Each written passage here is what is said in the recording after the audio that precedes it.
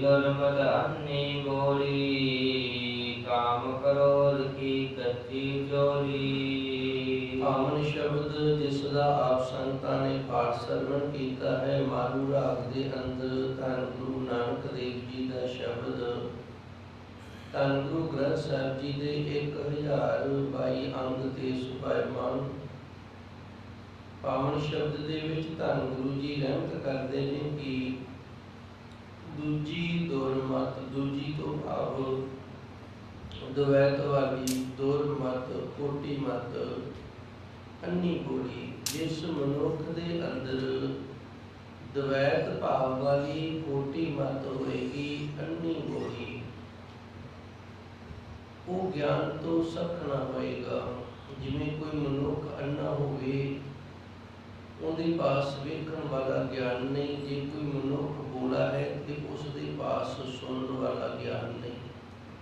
मनुख दे ये दो ज्ञान इंद्रिय ने, वैसे 5 ज्ञान इंद्रिय ने, पर इन्हां विचों ये 2 ज्ञान इंद्रिय जिहड़े ने अखां ते कंन, जो वेखण ते सुनन दा कार्य करते ने। जे मनुख नूं दिसे ना ते वो रस्ते ते नहीं चल सकेगा। जे मनुख नूं सुने ना तो फिर आप उसनूं आवाज़ मार के मोड़ भी नहीं सकते। धन गुरबाणी के अंदर गुरु महाराज जी बड़ी विद्वताई दे नाल उपदेश बख्शिश करते हैं भी जिवें कोई मनुख बोला है, उन्होंने कितनियां मर्जी बाजा मारी जो उन्होंने सुनता ही नहीं तो फिर उन्हें मुड़ना की है। जे कोई मनुख अन्ना है, उन्होंने दिसदा ही नहीं तो उन्हें सीधा रस्ते ते की तुरना है। इस तरह जिहड़े मनुख दे अंदर द्वैत भाव है, दूजियां दे नाल ईर्खा करता है, द्वेष करता है, दुर्मत, ये मत जिहड़ी बड़ी खोटी है। इस तरह की मत वाला मनुख जिहड़ा ये गुरु के ज्ञान के वल्लों अन्ना ते बोला है जी। घर वर सहज न जानै सो हर, बिन फिर नींद न पाई है। काम क्रोध की कच्ची चोरी, ये जिहड़ा शरीर है ना, ये कच्चा चोला है, ना रहने वाला है। काम क्रोध, अगर इहदे अंदर काम क्रोध ये विकार ने, बुराइयां ने, ते ये बुराइयां वाला विकारां वाला कच्चा चोला है। दूजी दुरमत, अन्नी बोली, द्वैत भाव वाली जिहड़ी कोटि मत है, ईर्खा वाली जिहड़ी कोटि मत है, दूजे की बुराई करते रहना, निंदा चुगली करते रहना, ये कोटि मत है।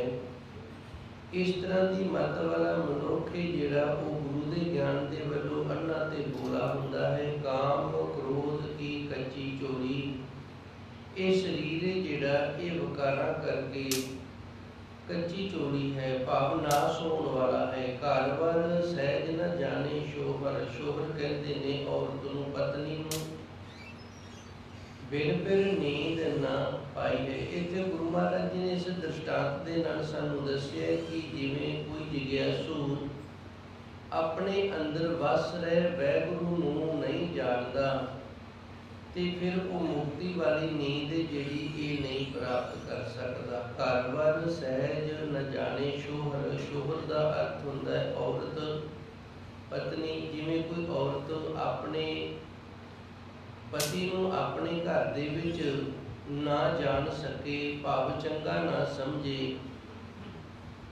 ते बिन फिर नींद ना पाई है, तो उन्होंने घर दे विच विश्राम करना जिहड़ा बड़ा मुश्किल हो जाएगा। उस तरह साडे शरीर के अंदर वाहिगुरू प्रभु परमात्मा है, असीं इहनूं अपने अंदर जानना है। जिहड़ा जिग्यासू नहीं जान सकता, बिन फिर नींद ना पाई है, ते वो परमात्मा की प्राप्ति तो बिना मुक्ति वाली जिहड़ी नींद है, इहदे विच नहीं सौ सकता है जी। अंतर अगन जलै भड़काए, मन मुख तके कुंडा चारे। अगली पौड़ी के अंदर गुरु महाराज जी रहमत करते हैं, मनमुख जिहड़ा तके कुंडा चारे, ये चारे पासे वेखदा रहिंदा है। ते वेखण दा कारण की है? अंतर अगन, इस दे अंदर अग है। ਜਲੇ ਭੜਕਾਰੇ, ਭੜਕਾਰੇ ਦਾ ਅਰਥ ਹੈ ਭੜਕਣਾ ਦੀ। ਇਸ ਦੇ ਅੰਦਰ ਅੱਗ ਹੈ ਭੜਕਣਾ ਦੀ। ਹੁਣ ਭੜਕਣਾ ਕਾਹਦੀ ਹੈ? ਕਿਸੇ ਨੂੰ ਮਾਇਆ ਦੀ ਭੜਕਣਾ ਲੱਗੀ ਰਹੀ ਹੈ, ਕਿਸੇ ਨੂੰ ਆਪ ਦੀ ਵਡਿਆਈ ਦੀ ਭੜਕਣਾ ਬਣੀ ਹੋਈ ਹੈ, ਕਿਸੇ ਨੂੰ ਹੋਰ ਕਿਸੇ ਪ੍ਰਕਾਰ ਦੀ ਭੜਕਣਾ ਬਣੀ ਹੋਈ ਹੈ। ਅੰਤਰ ਅਗਨ ਜਲੇ ਭੜਕਾਰੇ, ਅੰਦਰ ਜਿਹੜੀ ਭੜਕਣਾ ਦੀ ਅੱਗ ਸੜ ਰਹੀ ਹੈ, ਇਸ ਭੜਕਣਾ ਦੀ ਅੱਗ ਨੂੰ ਬੁਝਾਉਣ ਦੇ ਲਈ ਮਨੁੱਖ ਜਿਹੜਾ ਇਹ ਮਨਮੁਖ ਤੱਕੇ ਪੁੰਨਾ ਚਾਰੇ, ਇਹ ਚਾਰੇ ਪਾਸੇ ਚਾਰੇ ਪੁੰਨਾਂ ਦੇ ਵਿੱਚ ਤੱਕਦਾ ਰਹਿੰਦਾ ਹੈ ਜੀ। ਬਿਨ ਸਤਿਗੁਰ ਸੇਵੇ ਕਿਉ ਸੁਖ ਪਾਈਐ, ਸਾਚੇ ਹਾਥ ਵਡਾਈ ਹੈ। ਬਿਨਾਂ ਸੱਚੇ ਸਤਿਗੁਰ ਦੀ ਸੇਵਾ ਤੋਂ ਅੰਦਰ ਦੀ ਭੜਕਣਾ ਨਹੀਂ ਭਰੇਗੀ ਤੇ ਸੁਖ ਦੀ ਪ੍ਰਾਪਤੀ ਨਹੀਂ ਹੋਏਗੀ, ਕਿਉਂਕਿ ਸੱਚੇ ਸਤਿਗੁਰ ਦੇ ਹੱਥ ਦੇ ਵਿੱਚ ਸਾਰੀਆਂ ਵਡਿਆਈਆਂ ਨੇ। ਇਹ ਦੂਸਰੀ ਪੌੜੀ ਹੈ, ਇਹਨੂੰ ਇੱਕ ਵਾਰੀ ਫਿਰ ਆਪਾਂ ਵਿਚਾਰਾਂਗੇ। ਅੰਤਰ ਅਗਨ ਜਲੈ ਭੜਕਾਰੇ, ਮਨਮੁਖ ਤੱਕੇ ਕੁੰਡਾ ਚਾਰੇ। ਭੜਕਾਰੇ ਦਾ ਅਰਥ ਹੈ ਭੜਕਣਾ, ਜਲੇ ਦਾ ਅਰਥ ਹੈ ਸੜ ਰਹੇ ਹਾਂ। ਅਸੀਂ ਭੜਕਣਾ ਦੀ ਅੱਗ ਦੇ ਵਿੱਚ ਸੜ ਰਹੇ ਹਾਂ। ਇਹ ਭੜਕਣਾ ਦੀ ਅੱਗ ਜਿਹੜੀ ਸਾਡੇ ਅੰਦਰ ਲੱਗੀ ਹੋਈ ਹੈ, ਇਸ ਭੜਕਣਾ ਦੀ ਅੱਗ ਨੂੰ ਠੰਡਿਆਂ ਕਰਨ ਦੇ ਲਈ ਅਸੀਂ ਚਾਰੇ ਕੁੰਡਾਂ ਦੇ ਵਿੱਚ ਤੱਕਦੇ ਹਾਂ, ਭਾਵ ਚਾਰੇ ਪਾਸੇ ਵੇਖਦੇ ਹਾਂ ਵੀ ਕਿੱਥੋਂ ਸਾਡੀ ਇਹ ਭੜਕਣਾ ਜਿਹੜੀ ਇਹ ਪੂਰੀ ਹੋ ਸਕਦੀ ਹੈ। ਹੁਣ ਗੁਰੂ ਮਹਾਰਾਜ ਜੀ ਦੱਸਦੇ ਨੇ, ਬਿਨ ਸਤਿਗੁਰ ਸੇਵੇ ਕਿਉਂ ਸੁਖ ਪਾਈਏ। ਬਿਨਾਂ ਸੱਚੇ ਸਤਿਗੁਰੂ ਦੀ ਸੇਵਾ ਤੋਂ ਇਹ ਜਿਹੜੀ ਭੜਕਣਾ ਦੀ ਅੱਗ ਇਹ ਨਹੀਂ ਬੁਝੇਗੀ ਤੇ ਸੁਖ ਵੀ ਨਹੀਂ ਪ੍ਰਾਪਤ ਹੋਏਗਾ।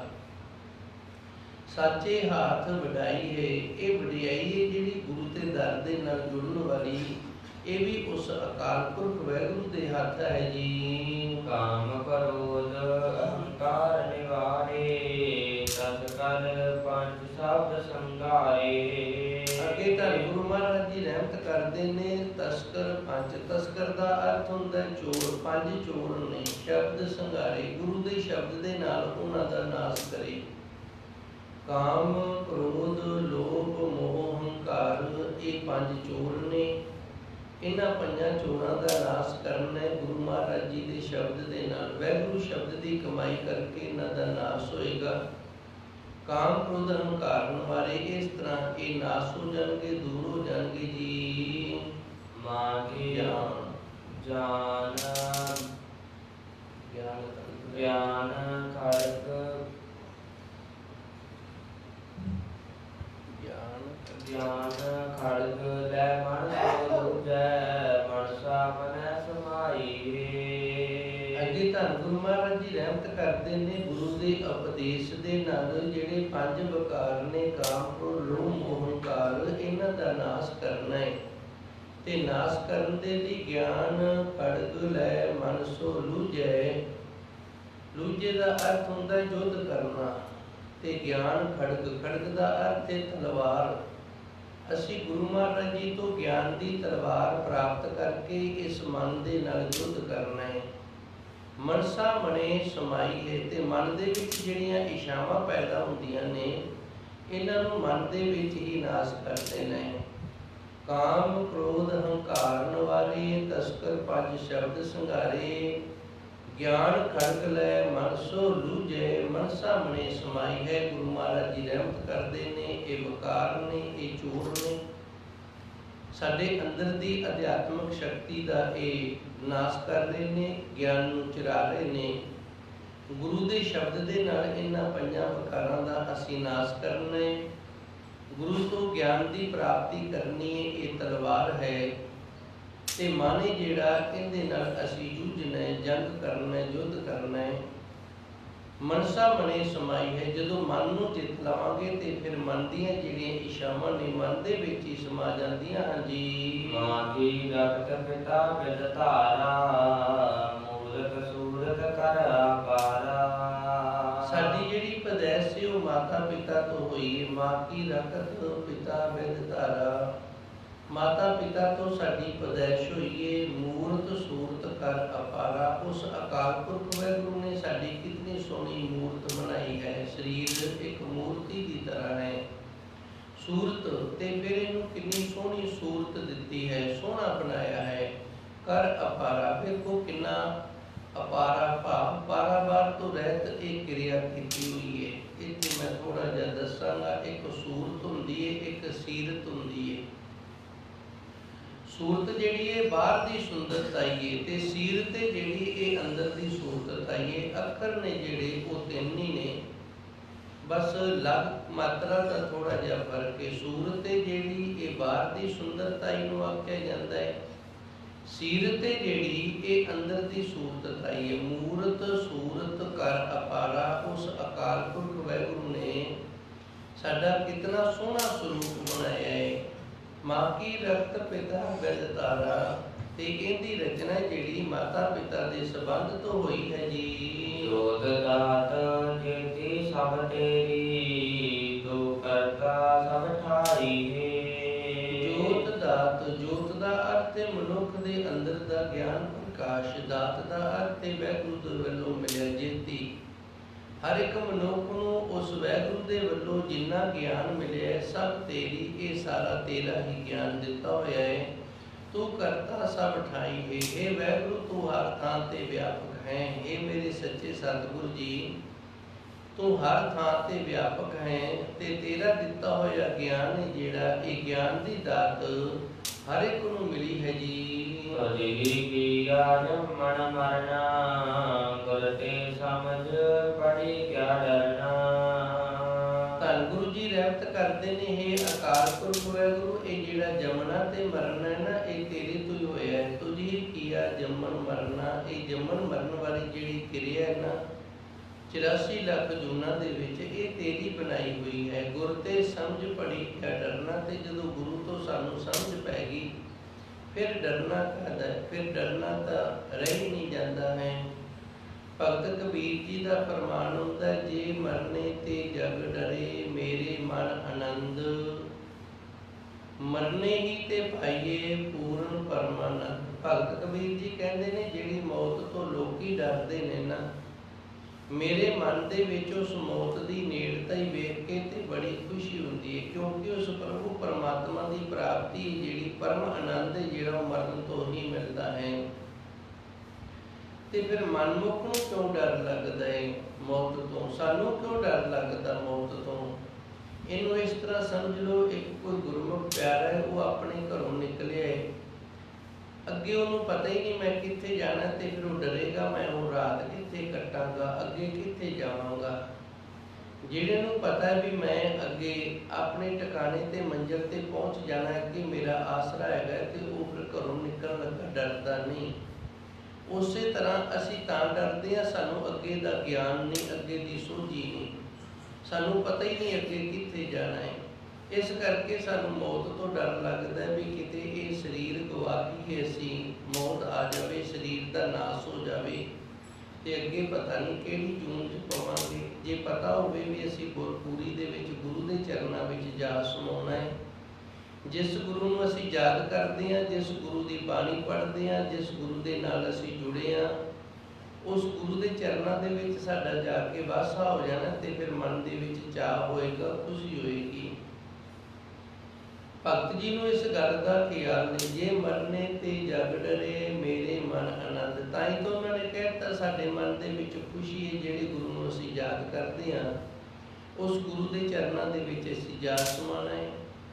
ਮਰਨੇ ਹੀ ਤੇ ਪਾਈਏ ਪੂਰਨ ਪਰਮਾਨੰਦ। ਪਰਿਪੂਰਨ ਪਰਮਾਤਮਾ ਦੀ ਪ੍ਰਾਪਤੀ ਜਿਹੜੀ ਸਰੀਰ ਛੱਡਣ ਦੇ ਨਾਲ, ਮਰਨ ਦੇ ਨਾਲ ਹੀ ਸਾਨੂੰ ਮਿਲੇਗੀ।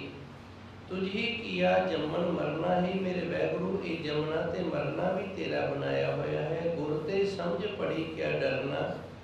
ਜਦੋਂ ਸਾਨੂੰ ਸੋਝੀ ਪੈਗੀ ਹੈ ਸੱਚੇ ਸਤਿਗੁਰੂ ਤੋਂ, ਤੇ ਫਿਰ ਡਰਨ ਵਾਲੀ ਕੋਈ ਗੱਲ ਨਹੀਂ ਹੈ ਜੀ। ਤੂੰ ਦਇਆਲ ਦਇਆ ਕਰ ਦੇਖੈ, ਕਰ ਦੇਖੈ ਦੁਖ ਦਰਦ ਸਰੀਰ ਹੋ ਜਾਈ ਹੈ। ਇਹ ਮੇਰੇ ਵਾਹਿਗੁਰੂ ਤੂੰ ਦਿਆਲੂ ਹੈ ਤੇ ਦਇਆ ਦੇ ਨਾਲ ਆਪਣੇ ਗੁਰਸਿੱਖਾਂ ਨੂੰ ਤੂੰ ਵੇਖ ਰਿਹਾ ਹੈ। ਜਦੋਂ ਤੂੰ ਦਇਆ ਦ੍ਰਿਸ਼ਟੀ ਦੇ ਨਾਲ ਆਪਣੇ ਗੁਰਸਿੱਖਾਂ ਨੂੰ ਵੇਖਦਾ ਤੇ ਫਿਰ ਸਰੀਰ ਦੇ ਵਿੱਚ ਦੁੱਖ ਦਰਦ ਜਿਹੜਾ ਉਹ ਨਹੀਂ ਰਹਿੰਦਾ, ਸਰੀਰ ਦੇ ਵਿੱਚੋਂ ਦੁੱਖ ਦਰਦ ਦੂਰ ਹੋ ਜਾਂਦਾ ਹੈ ਜੀ।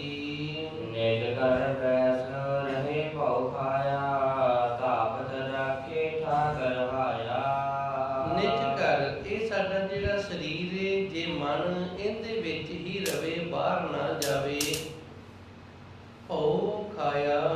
ਤੇ ਫਿਰ ਇਸ ਮਨ ਨੇ ਉਸ ਪ੍ਰਭੂ ਪਰਮਾਤਮਾ ਦਾ, ਆਪਣੇ ਗੁਰੂ ਦਾ ਜਿਹੜਾ ਡਰ ਹੈ ਨਾ ਉਹ ਖਾਧਾ ਹੈ। ਜਿਵੇਂ ਆਪਾਂ ਕਹਿੰਦੇ ਨੇ ਇਹ ਡਰ ਨਹੀਂ ਮੰਨਦਾ, ਇਹ ਡਰ ਨਹੀਂ ਖਾਂਦਾ, ਇਹਨੂੰ ਡਰ ਨਹੀਂ ਲੱਗਦਾ।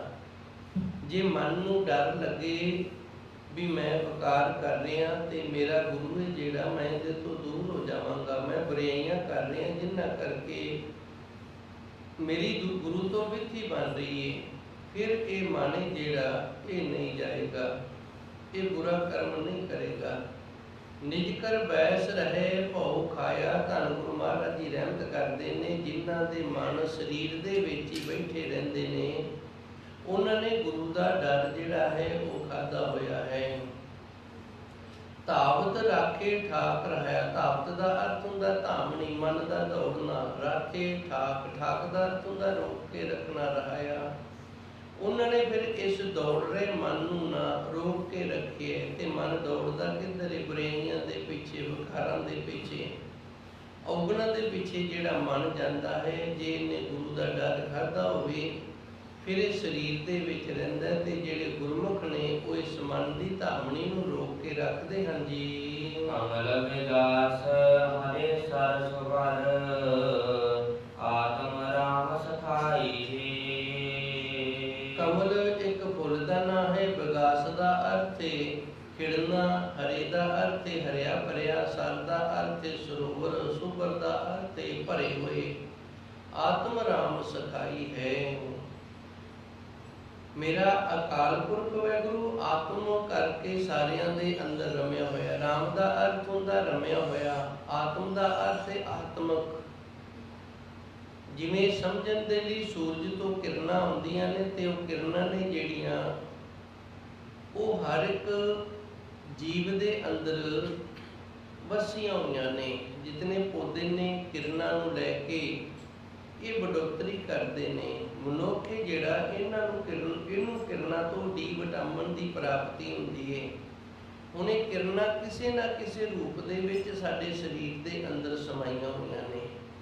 ਉਸੇ ਤਰ੍ਹਾਂ ਪ੍ਰਭੂ ਪਰਮਾਤਮਾ ਆਤਮਕ ਰੂਪ ਹੋ ਕੇ ਸਾਡੇ ਅੰਦਰ ਸਮਾਇਆ ਹੋਇਆ ਹੈ। ਕਮਲ ਵਿਗਾਸ ਹਰੇ ਸਰ ਸੁਭਰ, ਜਿਵੇਂ ਸਰੋਵਰ ਲਬਾਲਬ ਪਾਣੀ ਦੇ ਨਾਲ ਭਰਿਆ ਹੋਵੇ ਤੇ ਕਮਲ ਉਹਦੇ ਵਿੱਚ ਖਿੜੇ ਰਹਿੰਦੇ ਨੇ, ਉਸੇ ਤਰ੍ਹਾਂ ਗੁਰੂ ਦੀ ਰਹਿਮਤ ਕਿਰਪਾ ਦੇ ਨਾਲ ਜਿਨ੍ਹਾਂ ਦੇ ਹਿਰਦੇ ਰੂਪੀ ਸਰੋਵਰ ਗੁਰੂ ਦੇ ਗਿਆਨ ਦੇ ਨਾਲ ਭਰੇ ਹੋਏ ਨੇ, ਉਹਨਾਂ ਦੇ ਅੰਦਰ ਫਿਰ ਸੱਚੇ ਸਤਿਗੁਰ ਦੀ ਕਿਰਪਾ ਦੇ ਨਾਲ ਗੁਰੂ ਦੇ ਚਰਨ ਨੇ ਜਿਹੜੇ ਇਹ ਸਦਾ ਹੀ ਵਸੇ ਰਹਿੰਦੇ ਨੇ। ਕਮਲ ਵਿਗਾਸ, ਉਹਨਾਂ ਦਾ ਹਿਰਦਾ ਫਿਰ ਕਮਲ ਦੀ ਤਰ੍ਹਾਂ ਖਿੜਿਆ ਰਹਿੰਦਾ ਹੈ ਤੇ ਸਦਾ ਹਰਿਆ ਭਰਿਆ ਰਹਿੰਦਾ ਹੈ। ਆਤਮ ਰਾਮ ਸਖਾਈ ਹੈ। ਆਤਮਕ ਰੂਪ ਹੋ ਕੇ ਪਰਮਾਤਮਾ ਜੋ ਸਾਡੇ ਅੰਦਰ ਰਮਿਆ ਹੋਇਆ ਹੈ, ਉਹਨਾਂ ਦਾ ਫਿਰ ਸਖਾਈ ਬਣ ਜਾਂਦਾ, ਸੁਖ ਦੇਣ ਵਾਲਾ ਬਣ ਜਾਂਦਾ। ਮੈਂ ਇੱਕ ਵਾਰੀ ਫਿਰ ਥੋੜੀ ਜਿਹੀ ਮਿਹਨਤ ਕਰਾਂਗਾ। ਗੁਰੂ ਮਹਾਰਾਜ ਜੀ ਨੇ ਇਸ 6ਵੀਂ ਪੌੜੀ ਦੇ ਅੰਦਰ ਸਾਨੂੰ ਦੱਸਿਆ ਹੈ, ਨਿਜ ਕਰ ਬੈਸ ਰਹੇ ਭਉ ਖਾਇਆ। ਜਿਨ੍ਹਾਂ ਦੇ ਮਨ ਨੇ ਡਰ ਨੂੰ ਖਾਧਾ ਹੈ, ਡਰ ਨੂੰ ਧਾਰਨ ਕੀਤਾ ਹੈ, ਉਹ ਮਨ ਨੇ ਜਿਹੜੇ ਫਿਰ ਸਰੀਰ ਦੇ ਵਿੱਚੋਂ ਬਾਹਰ ਨਹੀਂ ਜਾਂਦੇ। ਉਹਨਾਂ ਨੂੰ ਡਰ ਬਣਿਆ ਵੀ ਜੇ ਅਸੀਂ ਵਾਸ਼ਨਾ ਰੂਪੀ ਵਿਕਾਰਾਂ ਰੂਪੀ ਦੌੜ ਦੇ ਮਗਰ ਗਏ ਤੇ ਫਿਰ ਗੁਰੂ ਦੇ ਨਾਲੋਂ ਸਾਡੀ ਵਿੱਥੀ ਬਣ ਜਾਏਗੀ, ਦੂਰੀ ਬਣ ਜਾਏਗੀ। ਧਾਵਤ ਰਾਖੇ ਠਾਕ ਰਹਾਇਆ, ਉਹ ਫਿਰ ਇਸ ਮਨ ਦੀ ਧਾਮਣੀ ਨੂੰ ਰੋਕ ਕੇ ਰੱਖਦੇ ਨੇ ਗੁਰੂ ਦੇ ਨਾਮ ਦੇ ਆਸਰੇ ਦੇ ਨਾਲ। ਕਮਲ ਵਿਗਾਸ ਹਰੇ ਸਰ ਸੁਭਰ, ਜਿਵੇਂ ਸਰੋਵਰ ਲਬਾਲਬ ਪਾਣੀ ਦੇ ਨਾਲ ਭਰਿਆ ਹੋਵੇ ਤੇ ਉਹਦੇ ਵਿੱਚ ਕਮਲ ਨੇ ਜਿਹੜੇ ਬੜੇ ਖਿੜਦੇ ਨੇ, ਉਸੇ ਤਰ੍ਹਾਂ ਜਿਨ੍ਹਾਂ ਦੇ ਹਿਰਦੇ ਦੇ ਵਿੱਚ ਗੁਰੂ ਦਾ ਗਿਆਨ ਹੈ ਜਿਹੜਾ ਉਹ ਲਬਾਲਬ ਭਰਿਆ ਹੋਇਆ, ਉਹਨਾਂ ਦੇ ਹਿਰਦੇ ਰੂਪੀ ਕਮਲ ਨੇ ਜਿਹੜੇ ਫਿਰ ਉਹ ਬੜੇ ਖਿੜਦੇ ਨੇ ਤੇ ਹਰੇ ਭਰੇ ਰਹਿੰਦੇ ਨੇ। ਆਤਮ ਰਾਮ ਸਖਾਈ ਹੈ। ਉਹਨਾਂ ਦਾ ਆਤਮਕ ਰੂਪ ਹੋ ਕੇ ਰਮਿਆ ਹੋਇਆ ਪ੍ਰਭੂ ਪਰਮਾਤਮਾ ਸਦਾ ਸਖਾਈ ਸੁਖ ਦੇਣ ਵਾਲਾ ਬਣਿਆ ਰਹਿੰਦਾ ਹੈ ਜੀ। ਮਰਨ ਲਖਾਏ ਮੰਡਰ ਮਹਿ ਆਏ, ਕਿਉ ਰਹੀਐ ਚਲਨਾ ਪਰਥਾਏ। ਧੰਨ ਗੁਰੂ ਜੀ ਰਹਿਮਤ ਕਰਦੇ ਨੇ, ਅਸੀਂ ਜਦੋਂ ਇਸ ਦੁਨੀਆ ਦੇ ਅੰਦਰ ਆਏ ਹਾਂ ਨਾ, ਆਉਣ ਤੋਂ ਪਹਿਲਾਂ ਅਸੀਂ ਆਪਣੀ ਮਿਆਦ ਜਿਹੜੀ ਉਹ ਲਿਖਵਾ ਦਿੱਤੀ ਹੈ। ਮਰਨ ਲਖਾਏ ਮੰਡਲ ਮਹਿ ਆਏ, ਇਹ ਮੰਡਲ ਹੈ, ਇਹ ਸੰਸਾਰ ਮੰਡਲ ਦੇ ਵਿੱਚ। ਮੰਡਲ ਦਾ ਅਰਥ ਹੁੰਦਾ ਗੋਲਾਕਾਰ। ਧਰਤੀ ਜੋ ਗੋਲਾਕਾਰ ਮੰਡਲ ਹੈ, इस मातलोक दे विच असीं जदों आए हाँ, आउण तो पहलां असीं अपना मरना लिखवा के आए हाँ, अपनी मनियाद लिखवा के आए हाँ भी इतना समा असीं रह के ते फिर आ जाना है। क्यों रहिए चलना परथाए, ते फिर जदों असीं आप ही लिखवा के आए हाँ ते फिर इत्थे रहना किवें हो सकदा है। चलना परथाए, इथों चलना ही बनता है। पर थाए, ये पराई थां है साडे लई, इथों चलना ही बनता है। असीं लिखवा के आए हाँ अपनी मनियाद नूं भी इतना समा असीं इत्थे रुकना है जी। सच्चा अमर सच्चे अमरा पर, सो सच मिलै वडाई है। सच्चा अमर उस अकाल पुरख वैगुरु दा हुक्म है जिहड़ा वो भी सच्चा है। सच्चे अमरापुर ते जिथे उनका वासा है वो भी सच्चा है। सो सच मिले वडाई है, जिन्हां नूं वो सच स्वरूप परमात्मा की प्राप्ति हो जाती है, उन्होंने ये जगत के अंदर सच्चे सतगुर के दर तो वडियाइयां की प्राप्ति होंदी है जी। आप पाया जगत सबाया, जिन सेया तिन धंधा लाया। उपाया का अर्थ होता है पैदा करना। आप उपाया उस अकाल पुरख वाहिगुरू ने जगत सबाया। सबाया का अर्थ है सारा, ये जितना भी जगत है सारा उस अकाल पुरख वाहिगुरू ने आप पैदा किया है। जिन सिरिया, जिसने इसकी सिरजना की है, तिन धंधे लाया, उसने इस संसार में फिर धंधे दे विच भी लाया हुआ है।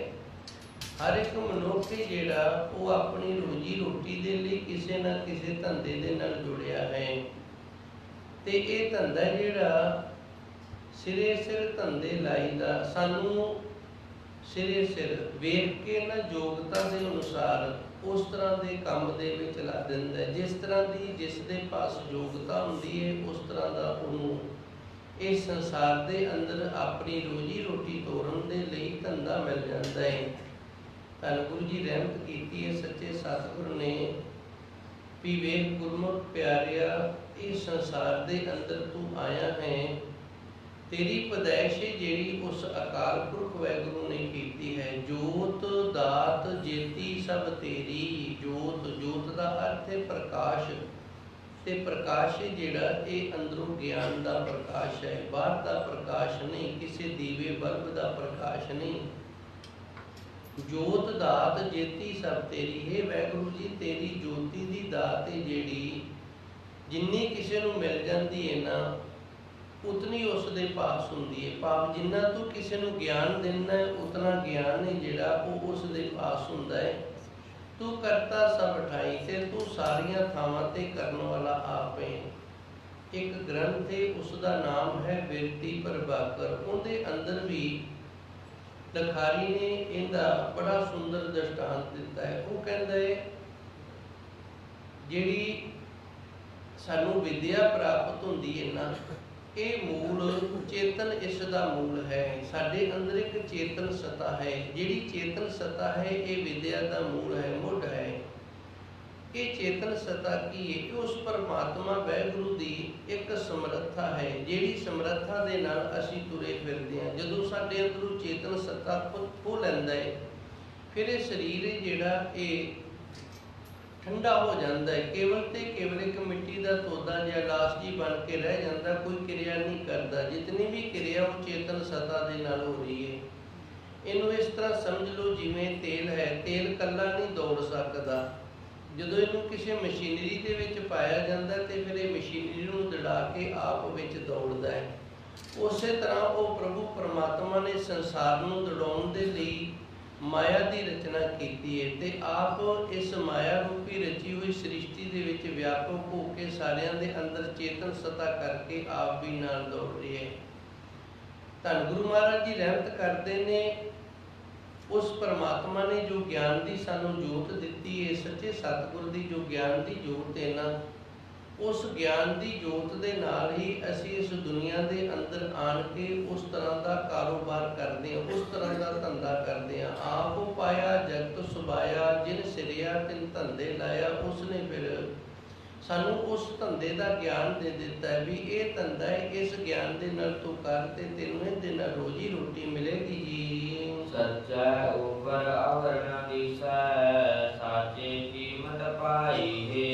इस संसार नूं सच्चा है, सच्चे तो ऊपर सानू कोई होर दिसदा नहीं भी जिहड़ा इस तरह इस संसार नूं चला सके। साचे कीमत पाइए, इस संसार की जिहड़ी कीमत है ना, भाव संसार की जो मर्यादा है वो अकाल पुरख वाहिगुरू सच्चा आप ही जानता है जी।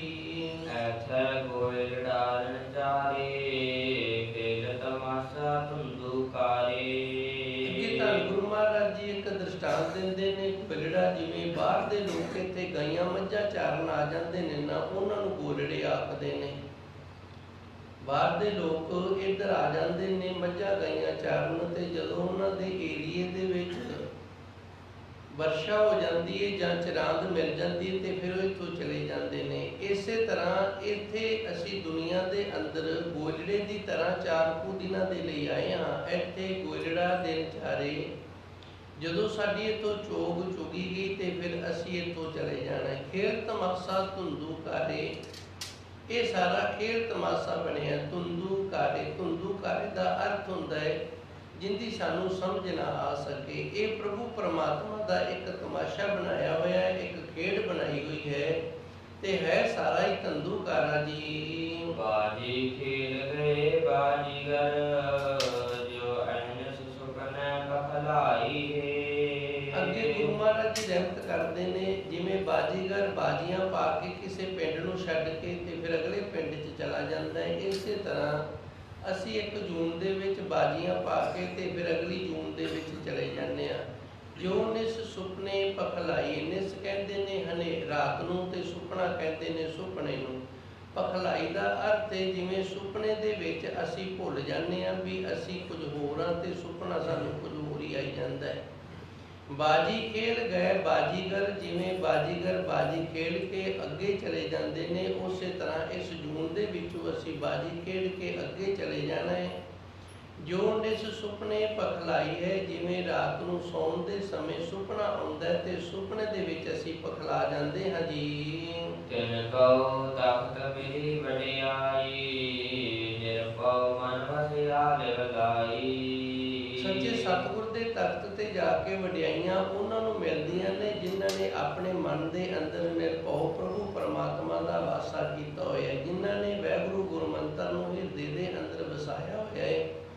ਉਸ ਪਰਮਾਤਮਾ ਦੇ ਨਾਲ ਪ੍ਰੀਤ ਲਾਈ ਹੋਈ ਹੈ, ਲਿਵ ਲਾਈ ਹੋਈ ਹੈ। ਉਹਨਾਂ ਗੁਰਮੁਖ ਪਿਆਰਿਆਂ ਨੂੰ ਸੱਚੇ ਸਤਿਗੁਰ ਦੇ ਦਰ ਦੀਆਂ ਵਡਿਆਈਆਂ ਪ੍ਰਾਪਤ ਹੁੰਦੀਆਂ ਹਨ ਜੀ। ਮੰਦੀ ਬ੍ਰਹਮੰਡੀ ਪਾਤਾਲੀ, ਪੁਰੀ ਤੇ ਭਵਨ ਤਾੜੀ ਲਾਈ ਹੈ। ਖੰਡੀ ਧਰਤੀ ਦੇ 9 ਖੰਡ ਮੰਨੇ ਗਏ ਨੇ, ਇਸੇ ਤਰ੍ਹਾਂ ਬ੍ਰਹਮੰਡ ਨੇ ਜਿਹੜੇ ਇਹ 7 ਮੰਨੇ ਗਏ ਨੇ, ਪਰ ਇਹਨਾਂ ਦਾ ਅੰਤ ਕੋਈ ਨਹੀਂ। ਖੰਡੀ 9 ਖੰਡ, ਬ੍ਰਹਮੰਡੀ ਜਿਤਨੇ ਵੀ ਬ੍ਰਹਮੰਡ ਨੇ, ਪਾਤਾਲੀ ਪਤਾਲ ਦੇ ਵਿੱਚ ਪੁਰੀ, ਪਤਾਲਪੁਰੀ, ਹੋਰ 21 ਪੁਰੀਆਂ ਮੰਨੀਆਂ ਗਈਆਂ ਨੇ, ਜਿਵੇਂ ਸ਼ਿਵਪੁਰੀ, ਇੰਦਰਪੁਰੀ, ਵਿਸ਼ਨੂਪੁਰੀ, ਇਹ ਪੁਰੀਆਂ ਦੇ ਨਾਂ ਨੇ। ਕਾਂਤੀਪੁਰੀ, ਇਸ ਤਰ੍ਹਾਂ ਇਹਨਾਂ ਦੇ ਨਾਂ ਨੇ। ਇਹ 21 ਮੰਨੀਆਂ ਗਈਆਂ ਨੇ। ਖੰਡੀ ਬ੍ਰਹਮੰਡੀ ਪਾਤਾਲੀਪੁਰੀ, ਤ੍ਰਿਭਵਨ ਤਾੜੀ ਲਾਈ ਹੈ। ਤਿੰਨਾਂ ਲੋਕਾਂ ਦੇ ਵਿੱਚ ਉਸ ਅਕਾਲ ਪੁਰਖ ਵਾਹਿਗੁਰੂ ਨੇ ਸਮਾਧੀ ਲਾਈ ਹੋਈ, ਭਾਵ ਸਾਰਿਆਂ ਨੂੰ ਆਪ ਸੰਭਾਲਣ ਵਾਲਾ ਹੈ ਤੇ ਸੰਭਾਲ ਰਿਹਾ ਹੈ ਜੀ।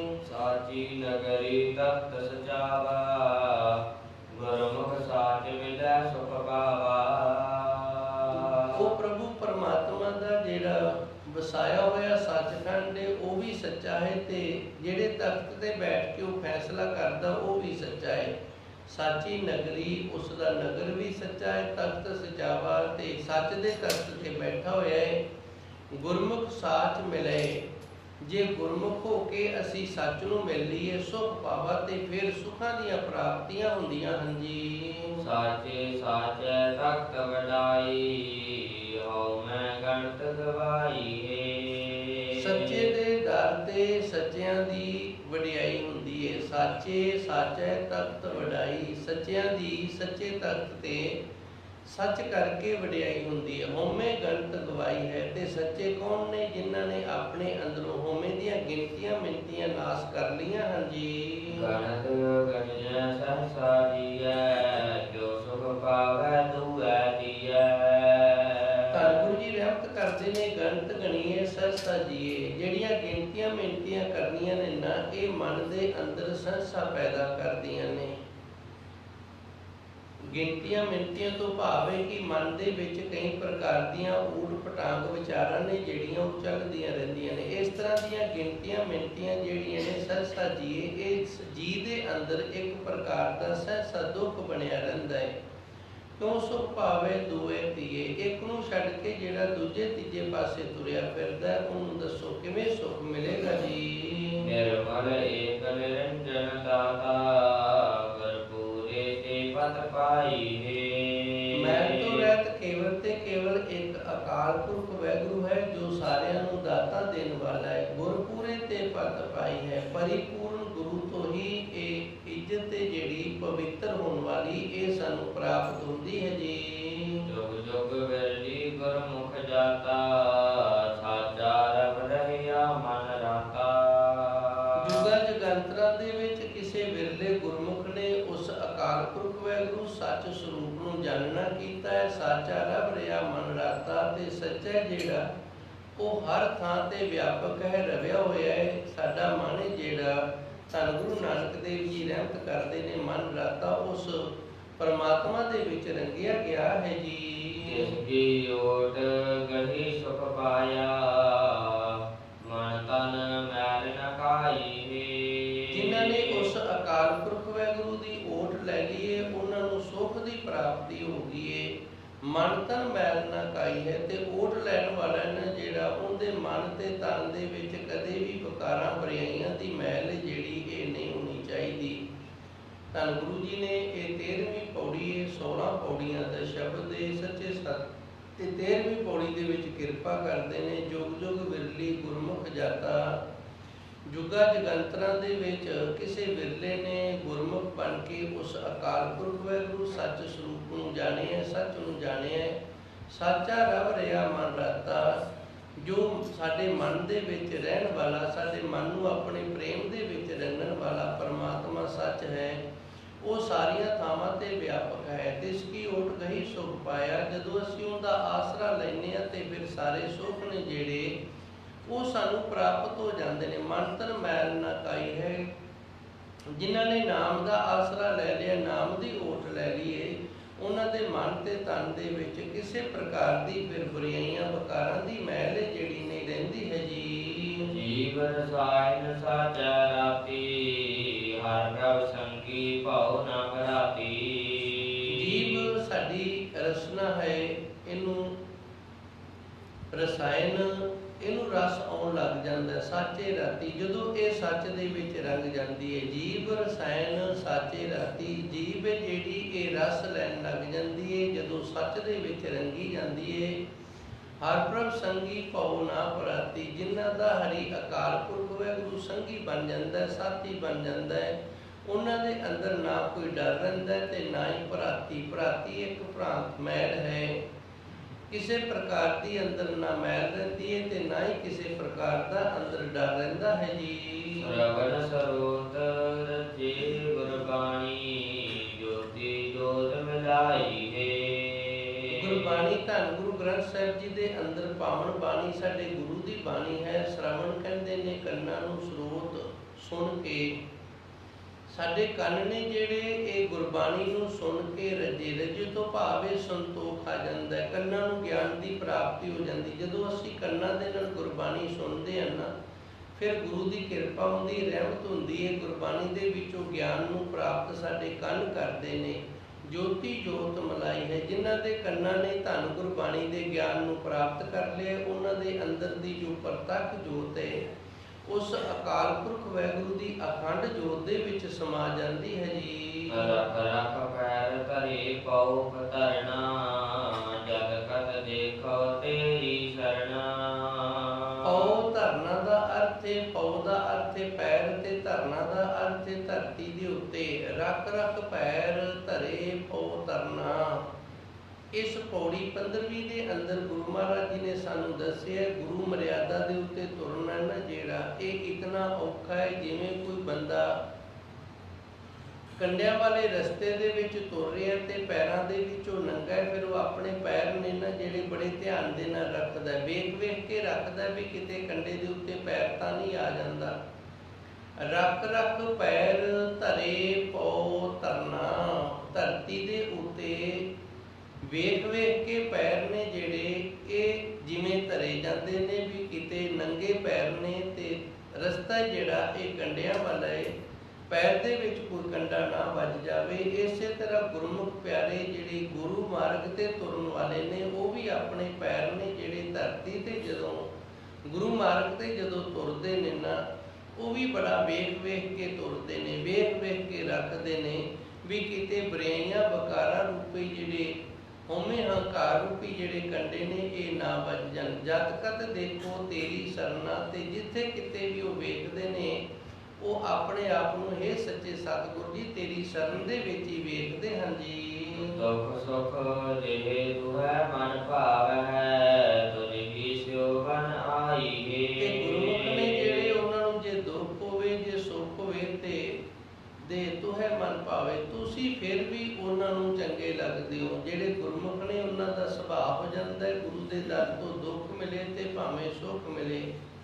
ਉਹਨਾਂ ਦਾ ਮਨ ਜਿਹੜਾ ਗੁਰੂ ਦੇ ਭਾਣੇ ਦੇ ਵਿੱਚ ਰਹਿੰਦਾ ਹੈ। ਤੁਝ ਹੀ ਸਿਉ ਬਨ ਆਈ ਹੈ, ਉਹਨਾਂ ਦੀ ਜਿਹੜੀ ਬਣਨੀ ਹੈ ਉਹ ਅਕਾਲ ਪੁਰਖ ਵਾਹਿਗੁਰੂ ਦੇ ਨਾਲ ਹੈ। ਉਹਨਾਂ ਦੀ ਕੇਵਲ ਤੇ ਕੇਵਲ ਪਰਮਾਤਮਾ ਵਾਹਿਗੁਰੂ ਦੇ ਨਾਲ ਬਣਦੀ ਹੈ। ਦੁੱਖ ਸੁੱਖ ਦੇ ਹੁੰਦਿਆਂ ਵੀ ਉਹ ਮਨ ਜਿਹੜਾ ਗੁਰੂ ਦੇ ਭਾਣੇ ਦੇ ਵਿੱਚ ਰੱਖਦੇ ਹਨ ਜੀ। ਅੰਤ ਕਾਲ ਕੋ ਵੇਜੀ ਨਾਹੀ, ਗੁਰਮੁਖ ਜਾਤਾ ਤਦ ਸਾਲਾਹੀ। ਗੁਰਮੁਖ ਨੇ ਜਿਹੜੇ ਉਹਨਾਂ ਨੇ ਇਹ ਜਾਣ ਲਿਆ, ਇਸ ਕਰਕੇ ਉਸ ਅਕਾਲ ਪੁਰਖ ਵਾਹਿਗੁਰੂ ਦੀਆਂ ਵਡਿਆਈਆਂ ਦੇ ਵਿੱਚ ਲੱਗੇ ਰਹਿੰਦੇ ਨੇ ਕਿ ਅੰਤ ਕਾਲ ਕੋ ਵੇਲੀ ਨਹੀਂ। ਜਿਹੜਾ ਅੰਤਲਾ ਸਮਾਂ ਆਉਣਾ ਹੈ ਮਨੁੱਖ ਦਾ, ਉਦੋਂ ਬਿਨਾਂ ਨਾਮ ਤੋਂ ਬਿਨਾਂ ਵਾਹਿਗੁਰੂ ਤੋਂ ਕੋਈ ਹੋਰ ਵੇਲੀ ਨਹੀਂ ਹੁੰਦਾ ਹੈ ਜੀ। ਨਾਨਕ ਨਾਮ ਰਤੇ ਬੈਰਾਗੀ, ਨਿਜ ਘਰ ਤਾੜੀ ਲਾਈ ਹੈ। ਧੰਨ ਗੁਰੂ ਜੀ ਰਹਿਮਤ ਕਰਦੇ ਨੇ ਜਿਹੜੇ ਨਾਮ ਦੇ ਵਿੱਚ ਰੰਗੇ ਨੇ, ਉਹ ਸੰਸਾਰ ਦੇ ਅੰਦਰੋਂ ਵਿਰਾਗ ਧਾਰਨ ਕਰਕੇ ਰੱਖਦੇ ਨੇ, ਸੰਸਾਰ ਦੇ ਅੰਦਰੋਂ ਵਿਰਾਗੀ ਰਹਿੰਦੇ ਨੇ। ਨਿਜ ਘਰ ਤਾੜੀ ਲਾਈ ਹੈ, ਤੇ ਆਪਣੇ ਨਿਜਾਨੰਦ ਦੇ ਵਿੱਚ ਸਮਾਧੀ ਲੀਨ ਹੋ ਕੇ ਆਪਣਾ ਮਨ ਜਿਹੜਾ ਪ੍ਰਭੂ ਪਰਮਾਤਮਾ ਦੇ ਚਰਨਾਂ ਵਿੱਚ ਜੋੜ ਕੇ ਰੱਖਦੇ ਨੇ। ਸੰਸਾਰ ਦੇ ਜਿਹੜੇ ਮਹਿਕੀ ਪਦਾਰਥ ਨੇ ਹੋਰ ਨੇ, ਇਹਨਾਂ ਸਾਰਿਆਂ ਦੇ ਵੱਲੋਂ ਮਨ ਨੂੰ ਮੋੜ ਕੇ ਰੱਖਦੇ ਨੇ। ਇਤਨੀ ਕੁ ਸੇਵਾ ਆਪ ਸੰਗਤਾਂ ਨੇ ਪ੍ਰਵਾਨ ਕਰਨੀ। ਸੱਚੇ ਸਤਿਗੁਰ ਕਿਰਪਾ ਕਰ ਰਹਿਮਤ ਕਰਨ। ਧੰਨ ਗੁਰੂ ਮਹਾਰਾਜ ਜੀ ਦਾ ਬਖਸ਼ਿਸ਼ ਕੀਤਾ ਹੋਇਆ ਗਿਆਨ